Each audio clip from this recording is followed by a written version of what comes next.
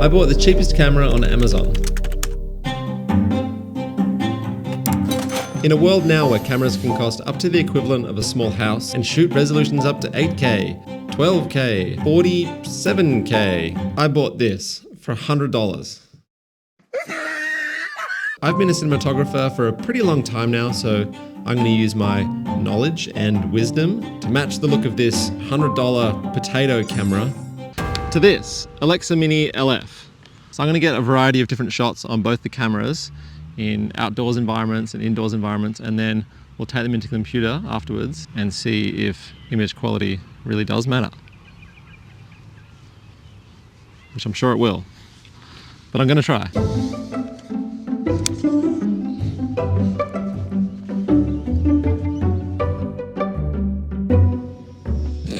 Alright, this is the first time turning this on. I turned the power on and the battery door opened up. Good start.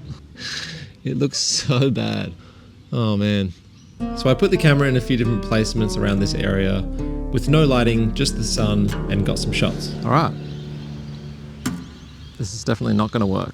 The lens I'm using on the Alexa is the Tokina Vista Prime 40mm, but because the little potato camera is so bad and it has no focus control, it basically just shoots at infinity. So I've just stopped down this really fast Tokina lens to make it match a little bit closer. Look at them, side by side. It was meant to be.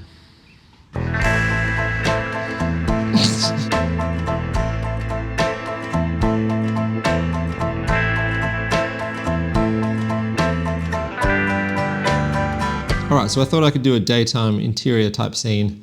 Put the camera here. Maybe I'll sit on the edge of the bed here.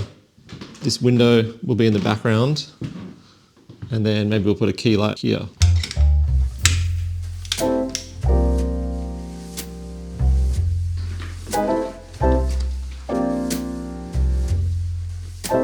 So what I've done now is I've got this one, I've moved it a little bit this way, and this one's a bit brighter. So this is like an edge light on me now, and this is like a fill light now. So it kind of wraps around a bit more.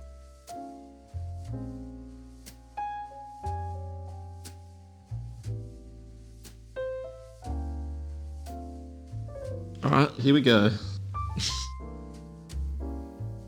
The little camera is definitely not holding the window exposure. What I could do is put some ND on that and bring it down, but I ain't got time for that. So after this bed shot, I did one more setup at night in this room where I bounced this spotlight off the couch as a key light, which is pretty weird, I know, but whatever. And used the panel light again as the edge light. You can see here the bounce light on my face, and then off and on is that edge light. Okay, so here we are at the computer with the footage, and it doesn't actually look as bad on the computer as it did on the back of the camera screen. I mean, it's still pretty shit, but you know, I'm not gonna be like, what the f? So here's the Alexa footage from outside.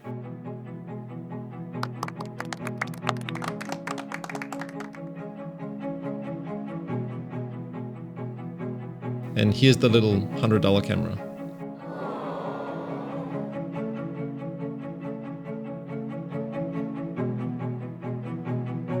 Here's the bedroom shots.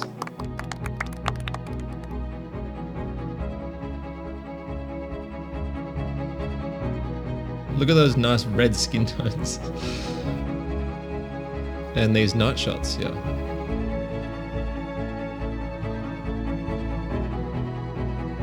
So that light in the background was clipping pretty bad on the cheap camera, so I rolled up some ND9 gel and put it over it to lower the intensity a little bit, which helped, as you can see here. And believe it or not, but this was the most neutral color setting I could get on the camera. Basically just orange, one color. So the only way I think to match them up is to lower the quality of the Alexa footage to match the cheap camera. So that's what I think I'm gonna do.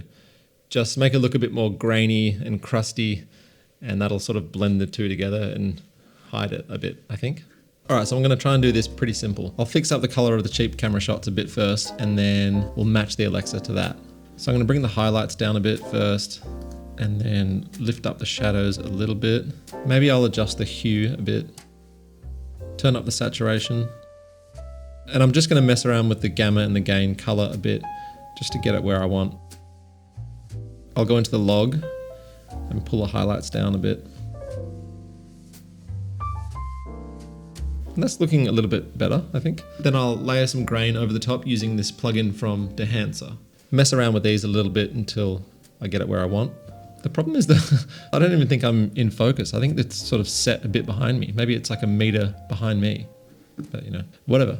So I'm just gonna grab a still frame of this so I can put it side by side and get it pretty close. Okay, so this is the Alexa footage.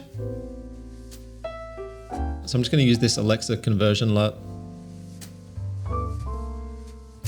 Then I'm just gonna mess around in this one node here pretty simply.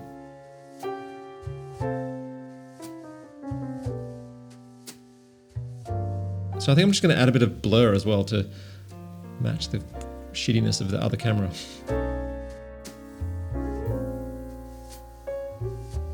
There's the two. It's pretty close. I mean, this other camera's exposure is still fucking terrible. And when I was moving around, I didn't know what to hold the exposure to. So it's flicking around and I couldn't turn it off. So it's not just the color. The camera's pretty crap in many other ways as well. And then here's the bedroom shot. I've tried to do the same thing here. It's getting pretty close. The window's clipped out on the cheap camera, so I couldn't do much about that, but this one's okay. And this nighttime one, which is really orange, I've just sort of done what I could to get that pretty close, which probably was the hardest one. Well, there you have it. If you're ever in a situation with probably the best camera in the world and maybe the worst, there's still a bit of hope.